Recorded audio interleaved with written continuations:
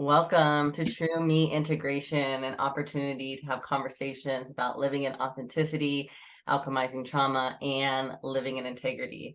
Today, I have the opportunity to be with Tobin Zivon, a catalyst and author who I've had the pleasure of being in community with in Maui and also working with in relationship counseling, coaching. And so I'm just really very honored to be able to have this conversation with Tobin. Thank you, Tobin, for joining me. Thank you, Tamara. It's an honor to be here. I love that you're doing this. It's really, really good. Thank you so much. So before we dive into the heart of our conversation, I'd like for you to share a bit about how you would describe the work that you do.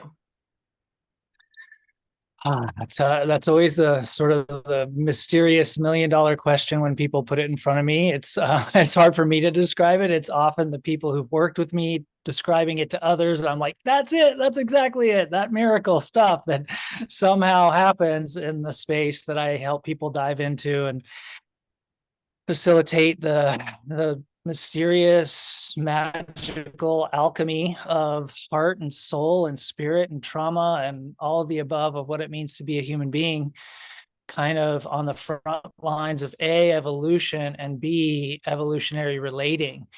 I truly feel that love, intimacy, sacred relating, sacred sexuality, it's kind of like the final frontier for us as humans. Like it's the cutting edge. It can be the most fruitful and amazing and juicy and yummy stuff on the planet. And for most of us, it is also the most tricky, most challenging, most delicate, most sometimes grueling, want to pull our hair out kind of terrain also. And somehow in the, what has it been, over 2.5 decades of being, working with people individually and in couples, something kind of came into play. I would say kind of happens in these just like exponential moments. Like 7 years ago, something happened and I was able to serve people in a new way. And then in the last 1 or 2 years, also since something COVID and my own inner process and what I've been doing, it's just kind of like a new level of being able to really, in the most nuanced and personalized way, help people both heal that underlying imprint level of where our traumas are and where they're meeting our relationship or our life in general, and utilizing that as an opportunity to bloom, to align, to open to what we're here to live as and what we're here to give and relate as. And then I have just a myriad of other methodologies and ways of serving people to get on what I call the love loop instead of being stuck in the vicious cycles. And so it's not only helping people alchemize and work with the sticky stuff, it's helping them understand what I call the natural laws of the human heart and soul, so we can really optimize the magic, the potentialities of love and intimacy and communication and all the things that we're up to here. Amazing, beautiful.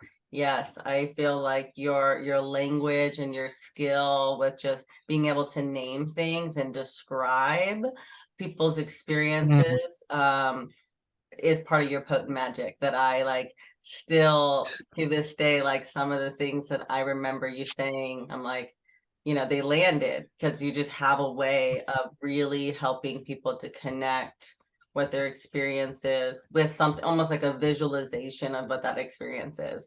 And then, yeah, an access point towards transformation, which is so beautiful.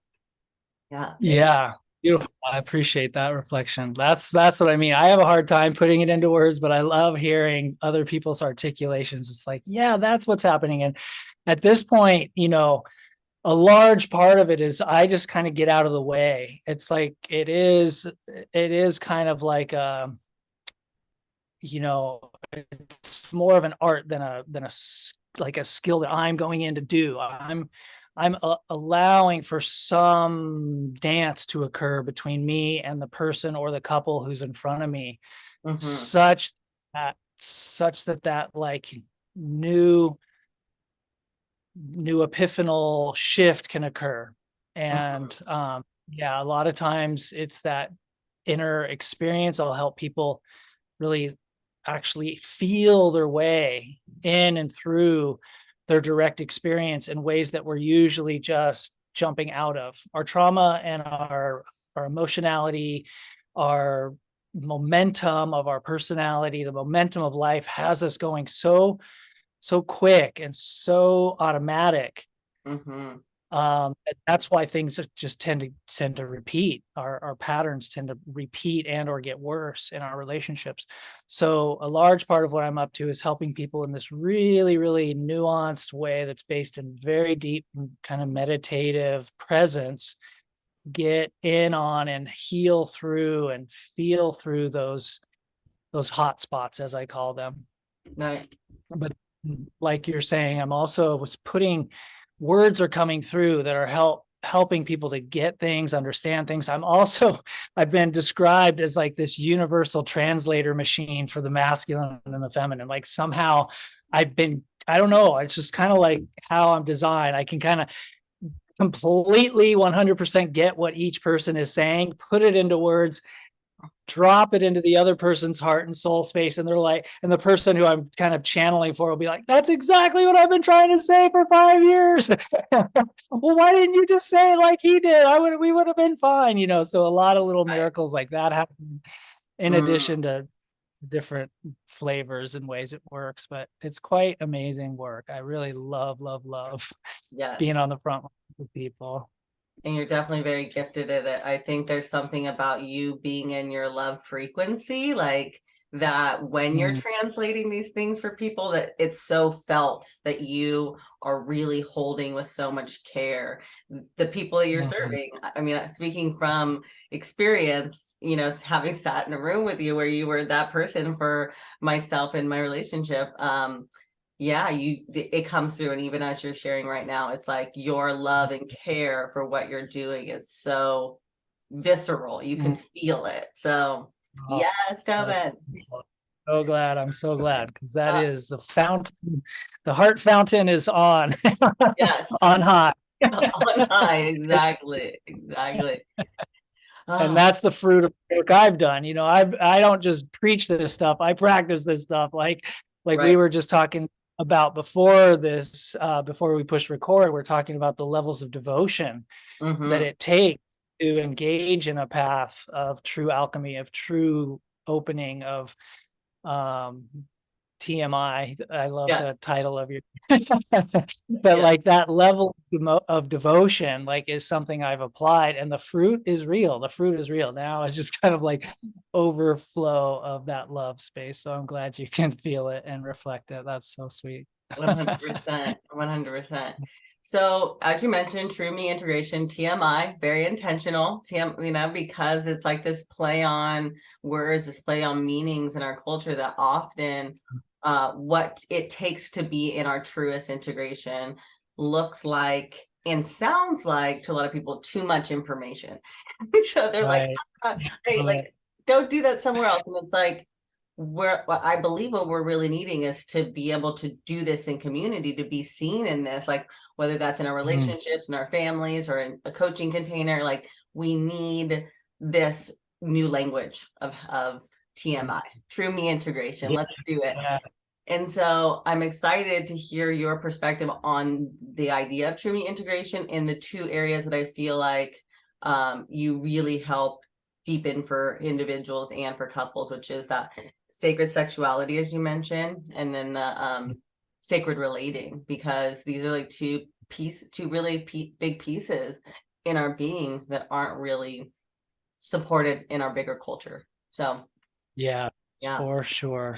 For sure. That's why I do call this the final frontier. We're literally just like breaking ground and carving pathways to healthy intimacy in whatever form.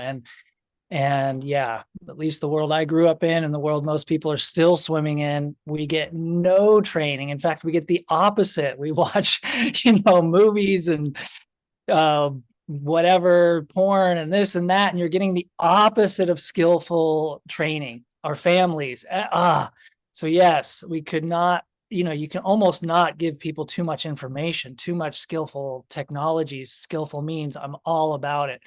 Now, in our relationship, to learn to open up these doorways and move in these directions on this terrain, this is like the most, like I said, juicy and fruitful and challenging and important on the planet that I know of. So, and I'm an open book. I'd love to just hear any specific questions that you want to hear. And I like to say, Yeah. let's dive in and get Yeah. practical, specific. Yeah, thank you. So yeah, the piece around sacred sexuality as it relates to True integration, how Mhm. um what have you seen in the ways that you've supported people? Like what comes up? What are common things, or what, like, just in your own uh perspective of doing this work? What are Mhm. pieces that are needing to be integrated that don't get so much light around the, we'll start with the sacred sexuality piece, and then maybe go just into like relating, or either, or however you want to do it. Beautiful. So on the sacred sexuality front, I would say the entry point, and it's every level you're going to bump into this. But let's just say people are just starting out and they just show up and they're like, wow, we're really struggling in our intimacy and we want support. 99% of the time, what I'm going to have to open up to and start is just helping people get in their bodies, helping people develop true nuanced presence within themselves. Like it always starts with capacity to be embodied, to be in your body, to be in the soma, in the presence. So as you invite someone into their experience, into their direct embodied experience in the flesh, in the hands, in the chest, in the arms, in the lips, in this body vehicle, for most people, that's like easier said than done. As simple as these prescriptions are, you quickly bump into a couple of things. Two main ones. One is just the habit of non-presence, just up and out. This is where most people are finding themselves, and or trauma in the body.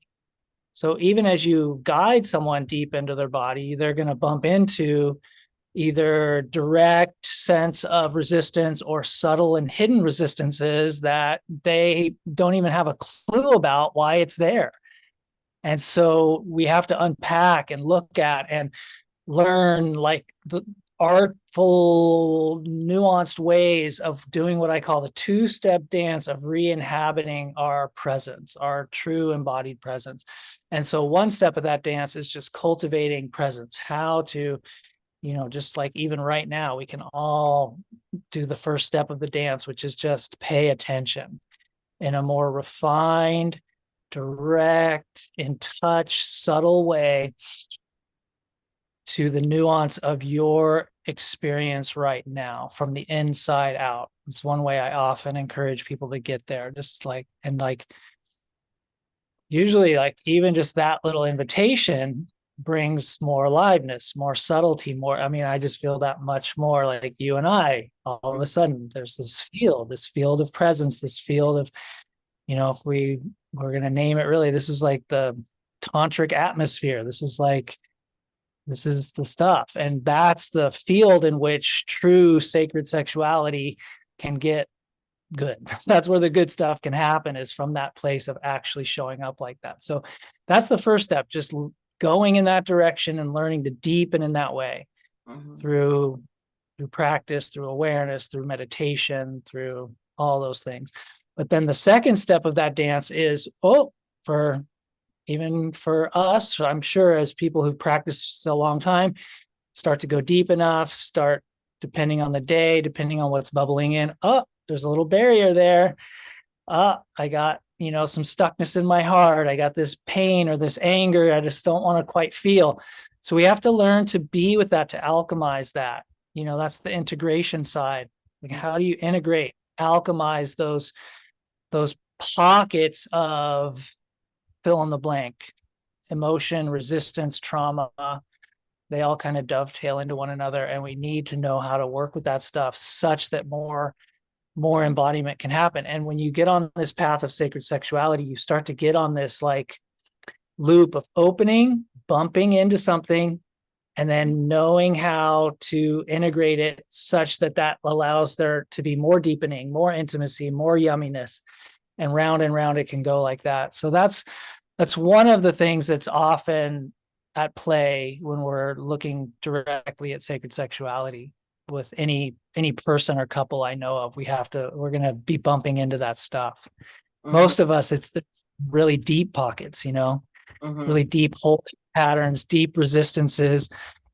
It's often held in slightly different ways in men and women, but it's very unique to each and every person, and where we're holding and how we're holding and what's keeping us from actually opening into our full inhabiting of our being, where it's like the supple and alive and attuned and responsive and capable version of ourselves comes back into the driver's seat. That's a path for most human beings, not just a flip of a switch. So anyway, one angle on it for a lot of people that comes up. Absolutely. Thank you. I'm curious, you said that, men and women, in that the feminine masculine dynamic, it's hold things differently.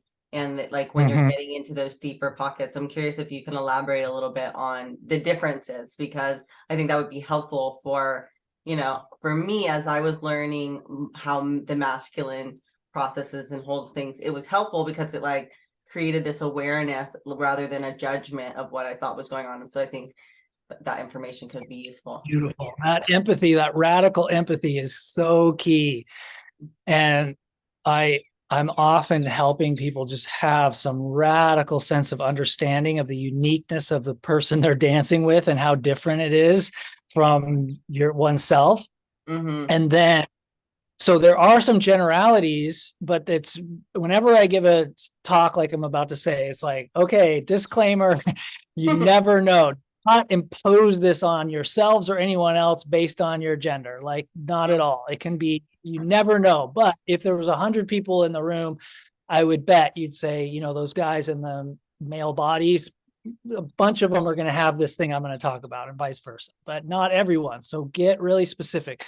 But the specific that's all across the board is be empathic. Get that everyone has some understandable reason that they're not showing up in the way you wish they would show up. There's some, if you had the eyes to see it, if you had the MRI machine to look deep within that person's psyche, their soul, their heart space, their imprinting, their childhood, their past lives, you'd see, they can't help it. And if I'm with a good person, they're doing their best, but they're just bumping into their own particular challenges, which are completely different than mine. And from where I'm sitting, it seems like it would just be so obvious. All they would have to do is fill in the blank and it would all be better. And they're thinking the same thing about you. And therein lies half the arguments and frustration cycles of every relationship I've ever been on the front lines with. And that's both just, relationally and in the bedroom. But all that to say, that's just kind of the disclaimer. Let's just keep that in mind. It's that little thing of like, if they would only, we could be where I want to be. Like, that powerful thought is one of the, we could get in under that and shift it and illuminate it first and foremost with what I call radical empathy, which is what you were just mentioning. You had like, well, once I understood, it made all the difference. So it's brilliant. We need a lot of that, a lot more of that on our planet. There's so much that could be said. This could fill books. This could be, workshops, 10-day retreats and all of the above. But one thing that just bubbles in right now, just to kind of sort of paint a picture of what I see as some general differences. And usually people are kind of like hanging out in one camp or another. It's not necessarily male and female, but can be more that way. But so with this camp, what you find is just a complete and utter kind of disconnect from presence. It's just kind of like an up and out phenomenon. And you talk to that person, you say, get present, be more present. And they're just like, what are you talking about? I'm here, I'm in the room. And the person over here is just like, you're not really in the room. You're not really being present. And so the invitation for that person really just is to get back, like almost like you're slipping on gloves called your hand and a suit called your head and your chest and your lingam and your legs and your feet, and actually start to re-immerse in that direct experience in a very, very direct way. Now there's reasons why that's hard. And it's something I call the frustration barrier. And most men have some amount of it, either really thin or really thick. A lot of guys, it's very thick in our culture. And it's just a unconscious, like, what are you talking about? I'm already present. And then you try to get them to be more deeply actually in their body in this subtle and touch, supple, present way. Then there's just kind of like barriers. And it's like, can't really do it. And that whole thing is a big thing in relationship. We could do a whole interview just on that piece, that frustration barriers. Like, it's $1 million one. Like when people like get, oh my God, you can actually work with that. You can actually have miracles for the guys of the world who are just kind of like, what? I'm already there. I'm doing it. And you're like, they can actually have a miracle and be different. So that is possible, but that's one common thing. Mm-hmm. You see another side, which is common, is a lot of general presence, like way more in their body, way more in their emotions, way more present, but with some hidden and intense pockets of trauma somewhere in the body, mind, heart system. Mm-hmm. And they're like, it's like an overall present person with some like a hard pocket somewhere, pocket or two. Almost like if you could see it on an MRI machine, it'd probably be in the heart center and in the yoni somewhere. Just like trauma. It's basically relational trauma and or sexual trauma. And it's held there in a way that hasn't been fully accessed and felt through in this EMI way, presence, alchemy, artful healing way. So for most people in that camp, until they've done a lot of work and gotten these skills that I know you're helping illuminate and share, then those hidden pockets turn into not like a lack of presence or a lack of emotionality, but a lack of a certain kind of subtlety and seamlessness in the capacity to dance and relate and open. So there will be, if they aren't met with the exact thing that they're desiring, instead of a response to that, there will be a reaction to that out of those pockets. It'll either be more closure or more anger, or more intense closure and or more intense anger, which then is often an attempt to get this person to be more the way they wish they could be, which is more present and more in the way that would be good for that guy to be too. But because then there becomes kind of a vicious circle or a standoff between those different versions of closure, of it's kind of like what we inherited and the way we ended up in our adulthood. The hidden closure is just like, so TMI or any skillful path is going to be, how do I meet where I am and melt and alchemize and open and embody and artfully show up in myself and with the others in my life such that a new thing occurs. Something different than what has probably been occurring, which is a pattern, a repetitive frustration pattern. Even though it seems so clear from our pattern, if they could just change, it would all be better. And there's always like some little like, oh, there's something going on here too. It's often both. Absolutely. Anyway, yes, that's what bubbles in it.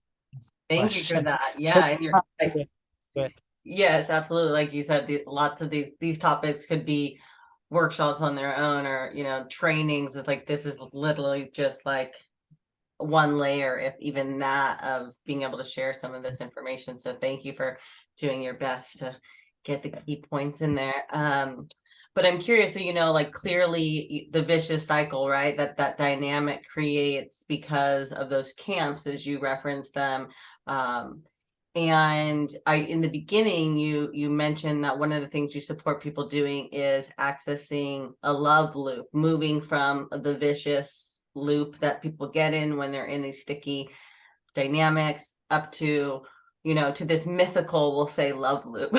Because for some people, they're like, what, no, Yeah, I don't, how? how, like, what is that? Like, they know the Right. other so well, and it's like, yeah, like almost like a utopian idea to believe that you could actually move to another area that kind of continues to deepen in love. And so I'm curious if you'd share a little bit about that sort of Mhm. transition, or just what it is, so people can, be in that Yeah. yumminess too. Um, Hey, that's a great question. I'm glad you're naming it. The first thing that comes out is just like, it is possible. I'm just shouting from these these cliff tops here in Maui. Like, it is possible 100%. I'm watching every day people shift paradigms, like literally changing channels from the channel of frustration and stuck to like, oh my God, we got it. Like I had this couple earlier today send a text and they're just like, oh my God, we got it. We finally are getting it's after 3 sessions and they're like getting it.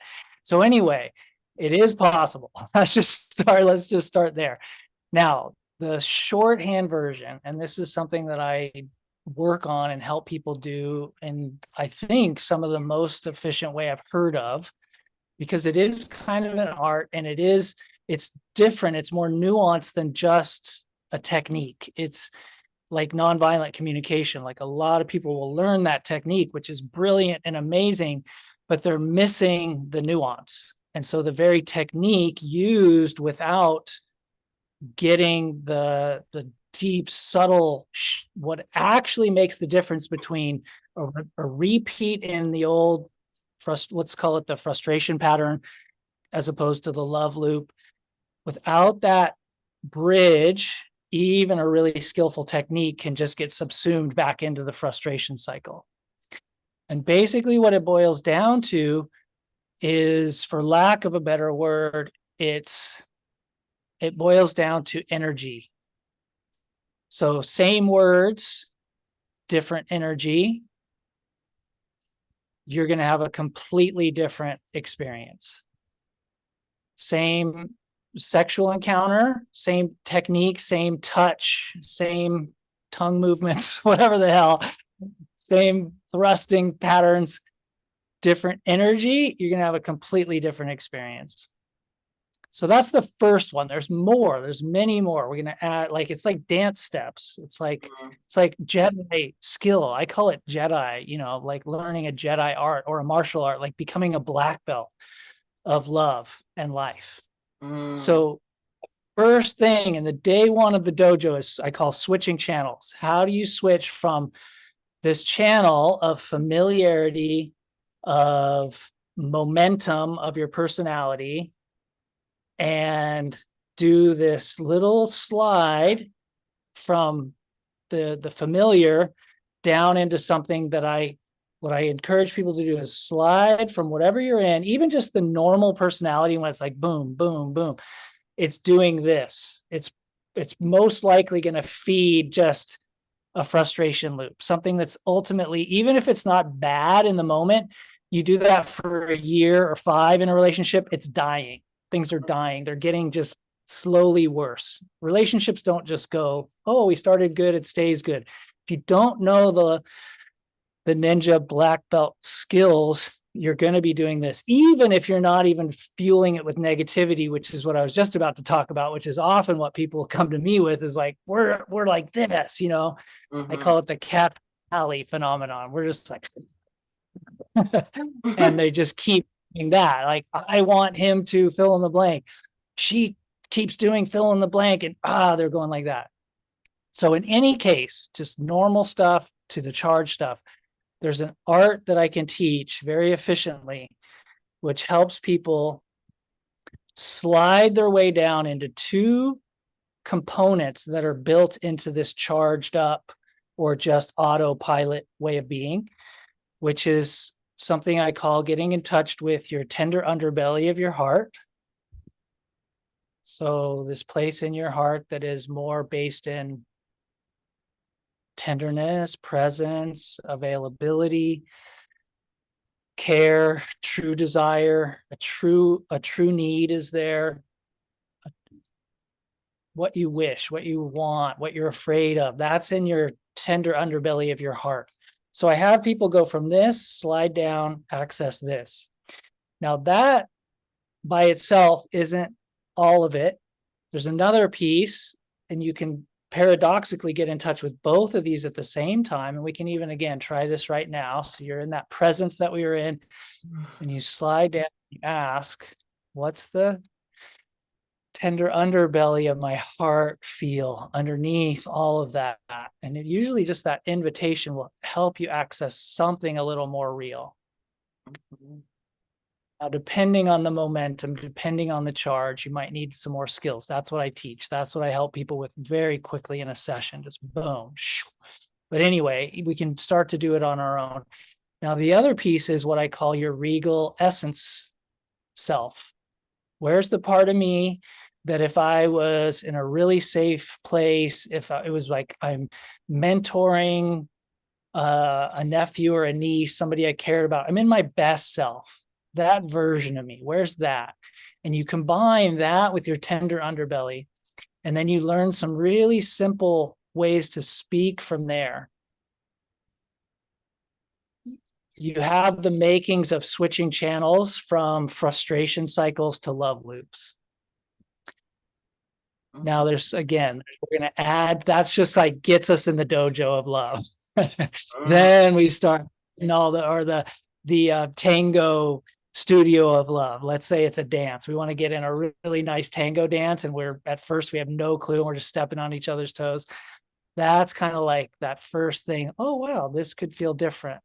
And then you get two people who are willing to do that together, and you have the tone, you have the foundation for some magic. That's fun. Now, again, I could just go try this, and then you add to those things: communication, listening, curiosity, all sorts of ways of speaking that help you hit these notes instead of those notes. It's a big part of it. Absolutely.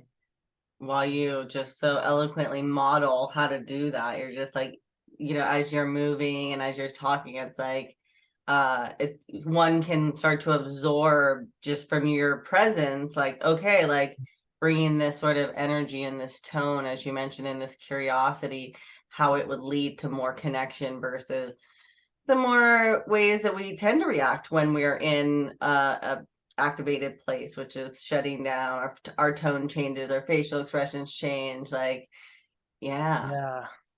And it's so, like you said, most people don't, it's like, whoa, this utopian unicornian possibility that how did you, because this is so common.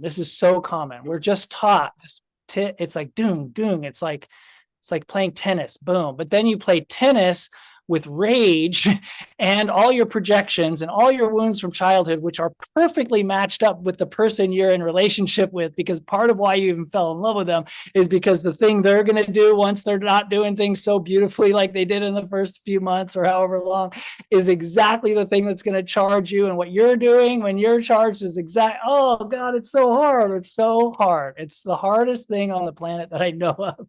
And when you find this like Aikido move, and then the tango dance moves on top of that start to get it to go, whoa, it's like your heart starts to feel like, oh my God, that's what I was longing for the whole time. Like I just received what I've always wanted from that other person. Because once you do this, like say you got into your tenderness and your regal essence self, these two people that we were describing before, one who's just kind of like autopilot guy, I'm being present, get that off me, babe, you're just enough. And the woman like, come on, man, I just went to these workshops and I learned this stuff, and what the fuck, and you're not doing it.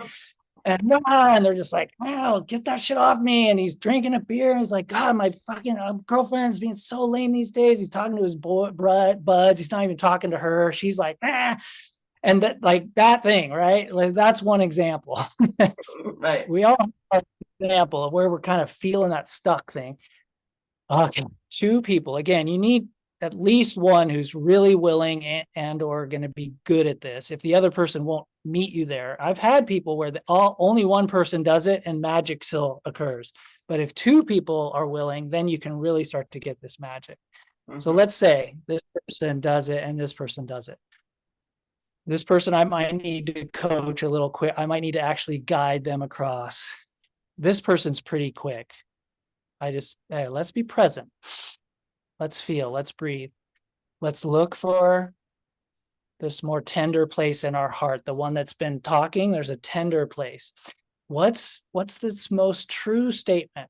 If it was going to come from something courageous and vulnerable, what would it say?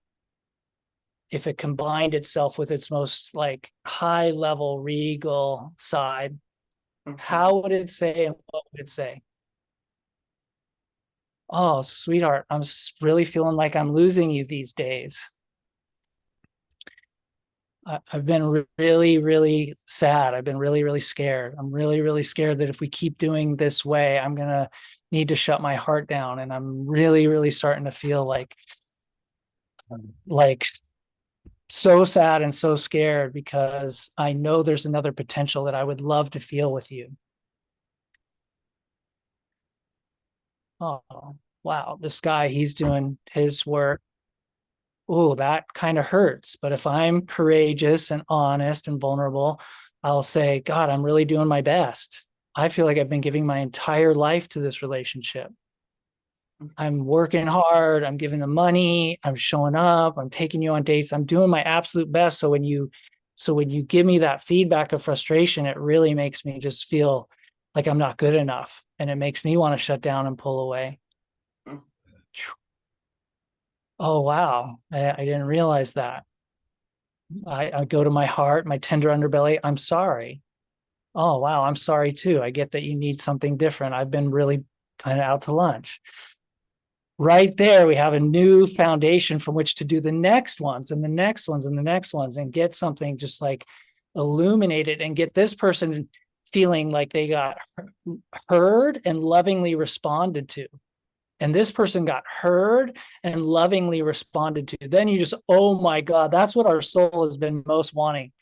Probably since we were, four or five with our parents, when that was not what we were getting. We were not getting heard and lovingly responded to. We were getting somebody who was so stuck in their conditioning that it kept hurting us. And then that's what we drew into replay in our relationship and to find our way through in this way that does create magic. And I hear myself talking in these kind of magical ways a lot. I say magic and profound and amazing, but I can't help it because it just fucking is. It just is when you. Absolutely. And it is. I mean, what you're sharing with people and helping them to access, it is magical and it does feel miraculous, especially when you are stuck in those loops. And there's not like a way, it doesn't feel like there's a way through, and then there is, and then it gets better, and then it gets better, and you're like, I don't even didn't know that was possible. So it definitely is all the things that you're describing. Possible. And at the very least, if you take this on, anyone listening right now, you take it on, that miracle is possible for your existence. Because as you do this, you shift your magnets and you bring out the best in what's possible with the person you're in front of. Or if you're single, you'll bring out the best from what's in the universe. You'll be a different harmonic, because you're working on this in a certain way. You draw in a person who's willing to work on it. Whereas before, the shadow is that I'm not even aware that I need to work on that. And I don't work on it when I get charged past a certain amount on a Richter scale. So then you bring in a person who does the same. But anyway, you do it and you draw out the best of what's possible in the person next to you and or the universe. And often it'll go, and if it doesn't, then this can release and you're still better off, because then you can allow for what's accurate to show up in your existence, So you're in a love loop with the universe and with life, not just with one person. Thank you for bringing that up, because I feel like in all that you're sharing, helping people to draw that connection as well, that yes, we're focusing and talking about relationships or relating in a certain way, but really these tools and these practices and these ways of being that you're sharing about, like I could already relate to them and how it relates to like platonic relationships, work relationships, how we show up to life. And so that's a key piece for people that are listening. So thank you for bringing that back through. I agree. I'm so glad, because I agree completely. This is really just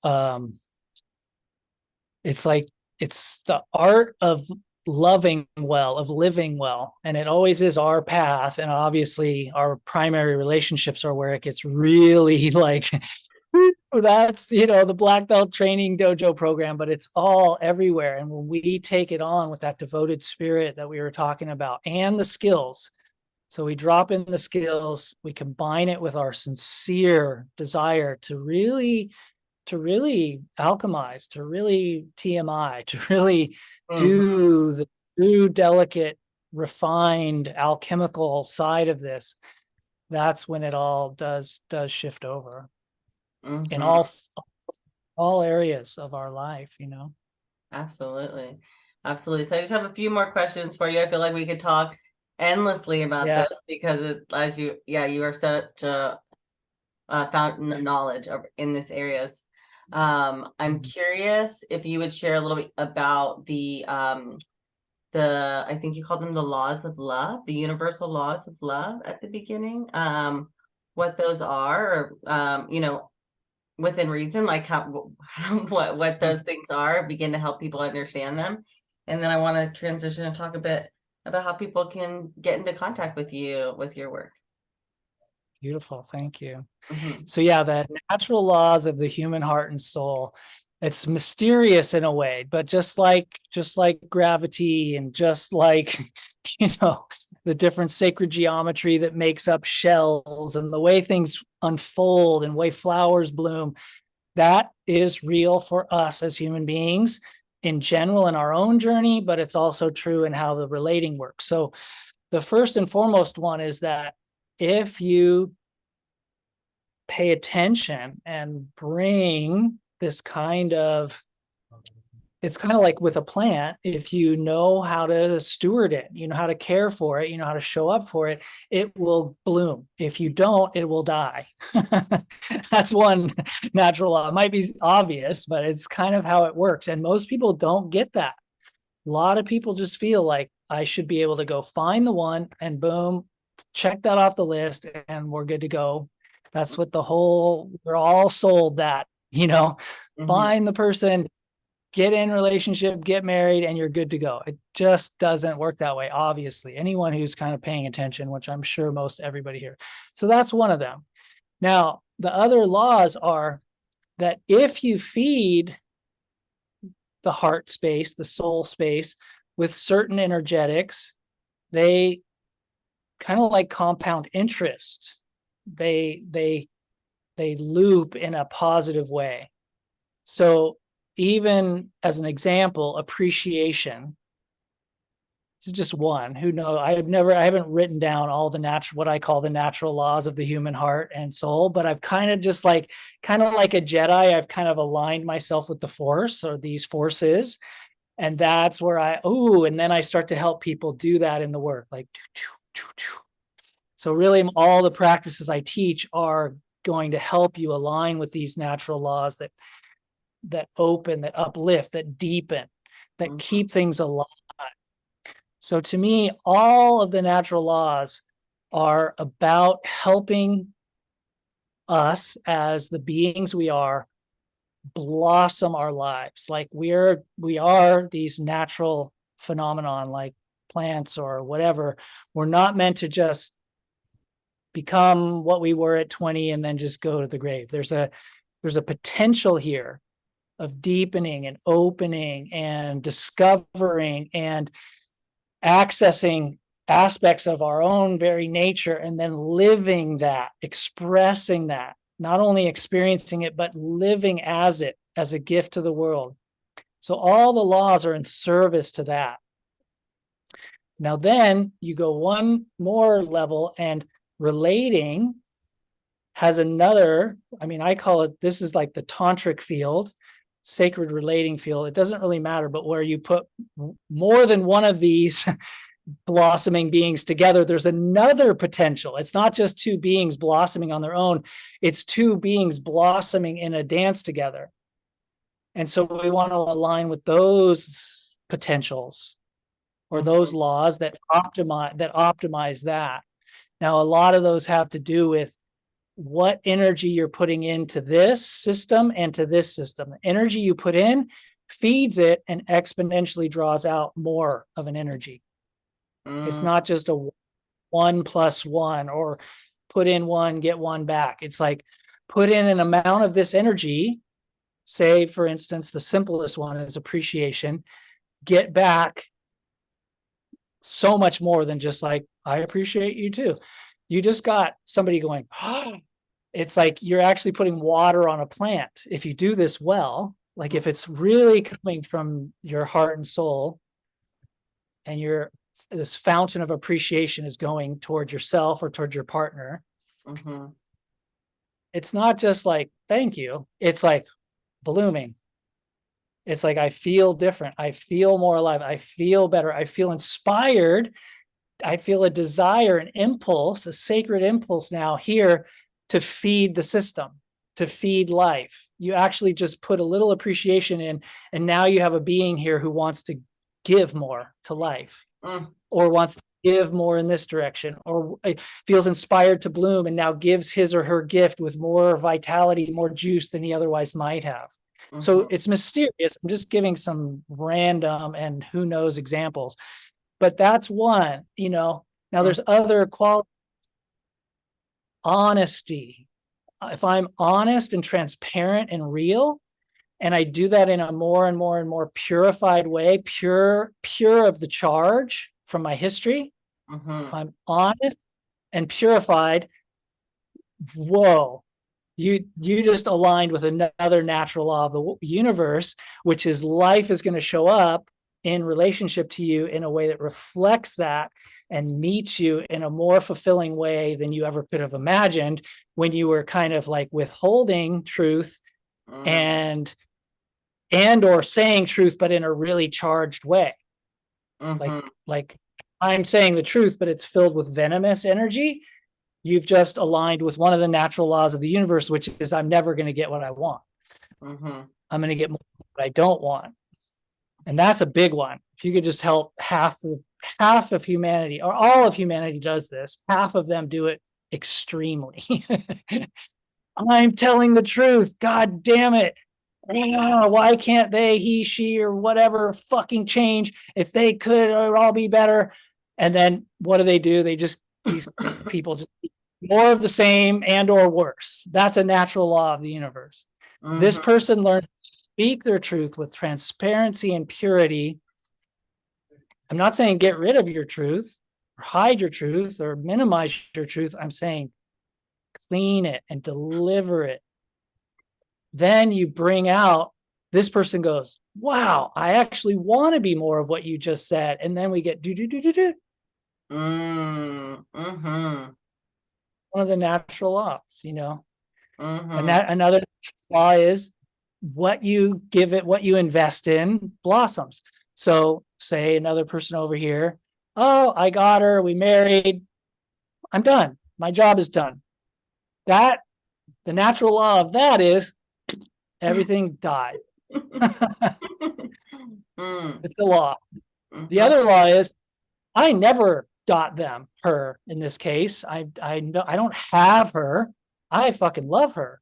And I'm inspired to give to her and feed the system between us in an authentic, grounded way, not an overly puppy dog way, not I'll do everything for you.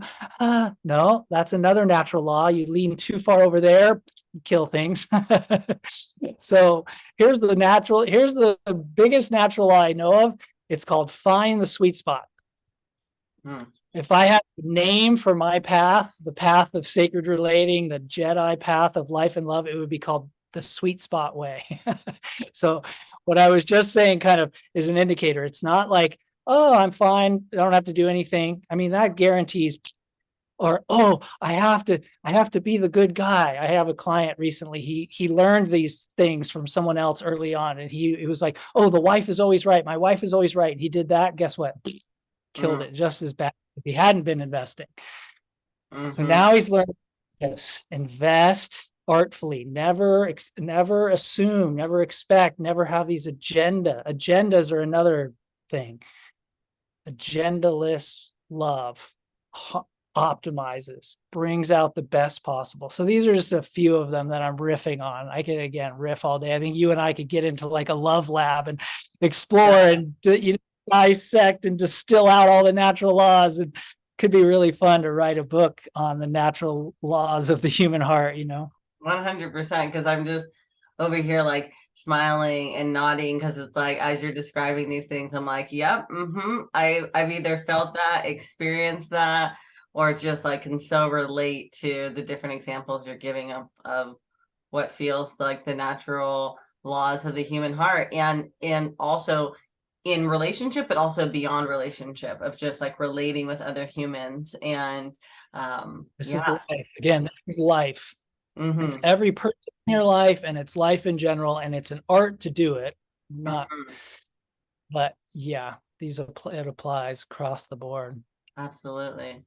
Absolutely. I want to ask one more question around the alchemizing of our experience. So, because we're talking about the sweet spot, and but you also mentioned the hot spots before, and those hot spots being the dovetails between trauma and emotion and pain body and all that. And so if you could share parts of the practices, because I know that it's, as you mentioned, it's unique, and there's many different ways you work with people, but if you could share the essence of that process, and Mm. even planting seeds of hopefulness for people, because sometimes we're so attached to those hot spots, and especially in the modern culture around the trauma piece in particular, it's like it's there, it's always going to be there, and that can feel really limiting. And so I would just love to hear your perspective on that alchemization and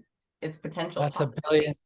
billion dollar question. Like really one of the keys of keys is how to do that emotional alchemy, trauma Mm-hmm. alchemy, hot spots. I like that. Sweet spots and hot spots. We got Yeah, to know how to, that's the two-step dance, right? That we're always doing. but Optimize the sweet spots, alchemize the hot spots, and then we're going to get a new life. yes, I, yes. I really love that. That's great. So first and foremost, I'll say I have a book. It's a free book. You can have it. It's called Emotional Alchemy, and it's about working with these hot spots. It's an art. It's a all important. I think it's one of them. If we only did whatever, 1, 2, 3 skills in our entire life, one of them is working with our hotspots, how to alchemize our emotional heat and or our trauma pockets, which are often one and the same ultimately. Every time we're charged in a repetitive pattern, it's based somewhere in our psyche in a trauma that we're replaying. So we want to know how to alchemize that. So it's there. Those skills are all important. The quick nutshell invitation that you can start applying right now is to turn toward the heat in your body, the pain, the grip. Now, there's what I call a Richter scale of emotion. So a 1, no problem. The practice I'm about to prescribe can be very easily applied. 2, 3, 4, get out your devotion. 6, 7, 8, remember your life depends on doing this and do your absolute best. 8, 9, and 10, get some support, get help. That's trauma. There are now, thank God, this planet in the last 20 years, literally, we are so blessed to be now. I'm telling you, 20 years ago, no one knew this stuff. Or maybe Peter Levine's book had just come out and there was these rogue people going, have you heard about, Wake the Tiger and trauma work? And I'm like, wow, yeah, that sounds cool. And now it's everywhere, right? But Mhm. if it's up there and you're having repetitive patterns that are supercharged, I can't speak strongly enough about the key of having good support, like what I do in my sessions, what I'm sure you do in your sessions, what any somatic experiencing practitioner will do, or there's other modalities that are really, really miraculously helpful on working with those big ones. But then we still are going to need to do our own work right after the session when we go home and we walk in and our partner's doing that thing that frustrates the hell out of us. So then we go to these prescriptions, which the main one is go into relationship with the place in you that feels that hurt, that burn. I call it a red hot cold.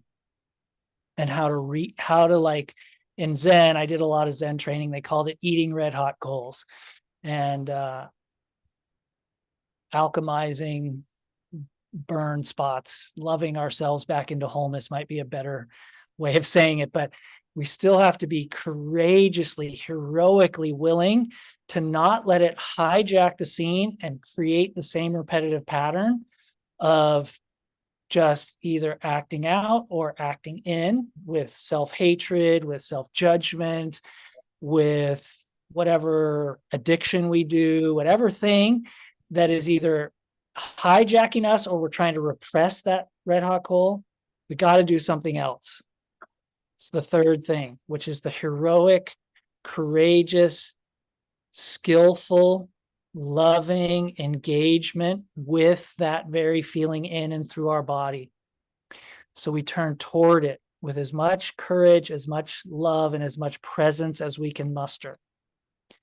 And that literally means right then and there, just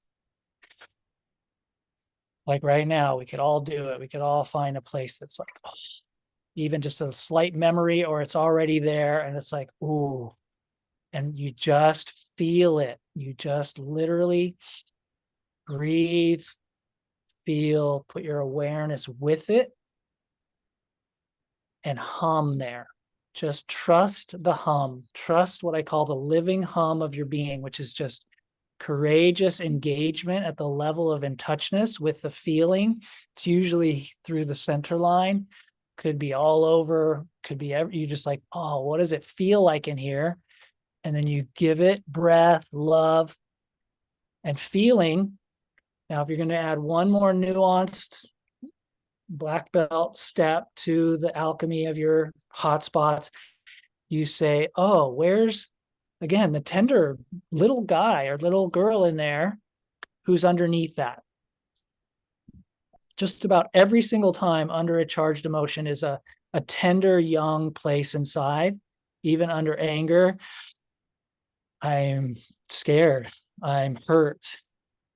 How can we then, as we let ourselves feel it for this moment or two or these breaths, can we also look for a young one in there and hold that young one with some love, some compassion? We can even just visualize a really adult version of ourselves or even an older version holding a really young version of ourselves and bring some love, some presence and some love. That's the main thing that starts to bring in like this.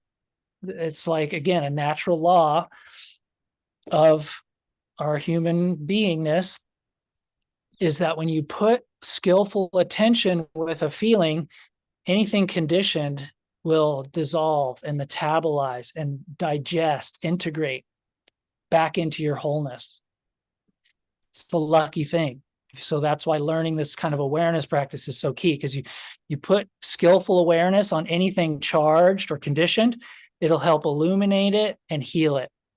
Now, that might not happen in, all in one, but it will be happening. It's like sun on ice. It doesn't melt the entire ice cube in 1 minute of putting it there, but keep it there, and melting and healing is occurring. And it's giving you access to another part of you that can go, where's my healthy side? Where's my responsive side instead of my reactive side or self-judging side or victim-y side or whatever? So you do the work, trust it, do it as much as you can, as skillfully, as artfully as you can. And then you look for the most skillful part of you that you can access and try to act or speak from there. And in some ways, that's kind of nutshell version of the practice as I do it. Mm-hmm. Thank you. That was beautiful. And also sharing the different sides of us that can be in that process with us as well, because I think that is just good medicine in itself, to be aware that there's more than just the experience we're having in that moment. There's other sides of us that are part of the experience as well, or witnessing the experience, or accessible if we bring our awareness there. Yeah, and that's what we're trying to build. We're cultivating awareness, like a witness, a kind of like, and then courageous, almost heroic, depending on the Richter scale. Anything past a 2, you kind of gotta, I'm bringing in my inner superhero of life to feel this instead of get hijacked by it or try to repress it. Or the third thing that our minds have been conditioned to do is judge the hell out of ourselves for even having it, and just get really like stressed and agitated as a kind of like, it's kind of like a way to distract from the original pain by creating more pain, a different kind of pain. Mm-hmm. And it's an insidious thing that our brains do. But one of the quickest antidotes I know to self-judgment, often, not always, because there's other reasons for it and other things that happen, but often an antidote for self-judgment. If you find yourself judging, what am I not willing to feel right now purely? What little child in me am I not willing to hold in a state of innocence based on what has happened, and kind of be with that in a presentful, mindful, heroic way, mature way. And then you find like, oh, I had to feel, I might be crying all of a sudden, but I'm no longer judging myself. And I'm crying and I'm like calling a good friend, one that really will help me, because that responsive, that wisdom can start to operate in your system again, and you're not so locked up. Or I'm rageful and I do this instead of the judging or the real judging. I express the anger. I go out in these trees and I hit some sticks on the ground and I yell to the sky, and I just, I let it rip and feel it as I'm doing it. I let it rip. I let it flow to let it go. I'm not getting hijacked by it like, fuck her, fuck him, la, la, la, la, la, or push it down. I shouldn't have this. Oh, I hate anger. I'm a good spiritual guy who shouldn't have anger anymore. Or I go right down the middle, express. Often I'll find tears too, but even if I don't, I'm going to feel completely different after that. And then I'm going to be like, oh, there's what I call my diamond of truth. There's what I'm going to say to that person. There's how I'm going to say it. It's there underneath. Mm-hmm. So that's a bit of emotional alchemy as I understand it and do it. Beautiful. Again, so much to it. Yes, the diamond of truth though. I love your language and the way you name things, and it's like you're illustrating the emotional experience in such a way that is tangible, which is beautiful. And I'm just excited for the people listening to just get to tune into more of your work, and the book you reference, that is a free resource as well that you wrote. Is there any other information you want to share about how to access that book and how to access you? If people are feeling super resonant with what you're sharing. Yeah, by all means. The main ways, 2 main ways really, is my website. If you go there, you can sign up for that free ebook. You can see a link to my other book that is on Amazon that has more nuances about these practices. I lead men's groups. I have some other trainings. One is on the ninja art skills of relationship. I call it Relationship Mastery Secrets. And that's this program that you can get that's videos. And then I have a sacred sexuality one, and that's available there. If the prices are too high for any of that stuff, just come to me direct. I really love sharing this stuff, and I love helping people who are interested in it. So always approach me personally. And then the main thing is, when I have openings to, if you're in a relationship and or you're just really on fire for this path, the one-on-one work is where the most like powerful stuff I'm witnessing happens. It's actually kind of surprising me and beautiful, and that's the main way I'm really helping people right now.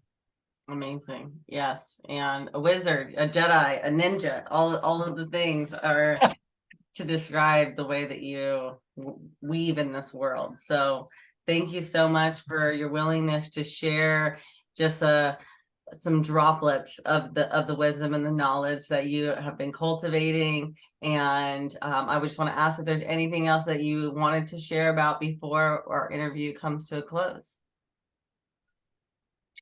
I think I would just highlight like it does happen, it can work, and these hearts are made to experience that, and it is hard, and you're not alone, and you're not wrong for being in that frustration. I remember almost pulling my hair out, literally almost like going to a psych ward before I got serious about doing this stuff. But I just want to say, like, it is possible, and those diamonds are real, and they can be delivered, and your whole life can shift in a way that is like, it's very possible. It's right there. And I'm grateful to you, Tamara, for what you're up to and how far I've seen you bloom and what you're up to. I mean, this is like case in point right here, everybody. Like, Yeah, just look in front. If you had the time lapse photography, it's like, wow. And then giving this gift and highlighting what you are and sharing all of this. What a true gift to the world. I love it. thank you. Thank you so much. And thank you for The sharing honor. that you where you started a bit, it's like it's a good reminder that we can see somebody in front of us, right, that's presenting this material. Like you said, the time lapse photo of my life, I've done that before, like taking the different pictures and put them next to each other to be like, Yeah. to visualize the journey. Because you can look like, what we say in social work is you can present well, like I look in a certain way, but then you don't really get the substance of what it's taken to be there in this place, in this now. And so thank you for saying that and sharing a bit of like, I had to be in the place of like, I'm losing it. There's got to be Yeah. another way to finally turn fully towards the path of where you are now. Yeah. Yeah. Some serious cooking has occurred. Yes, yes. Hum- Humbling path, but very fruitful. Thank you. Well, Yeah. amazing. Right Thank you on. so much for your work, Tobin. Thank you for your Great devotion to to, your path. of course. Great to see you. Great to be with you. Thank you. Mm-hmm. I'll talk to you soon. Bye. Okay. Bye.